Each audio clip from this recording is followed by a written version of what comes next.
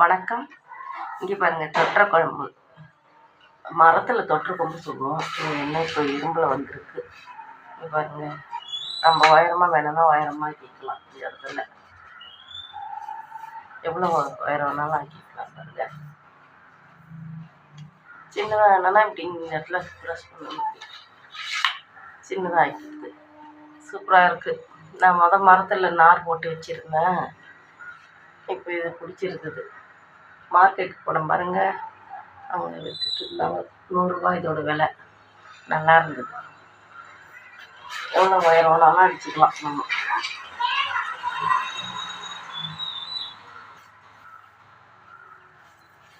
எவ்வளோ உயரம் வேணாலும் அடிச்சுக்கலாம். சூப்பராக இருக்குது.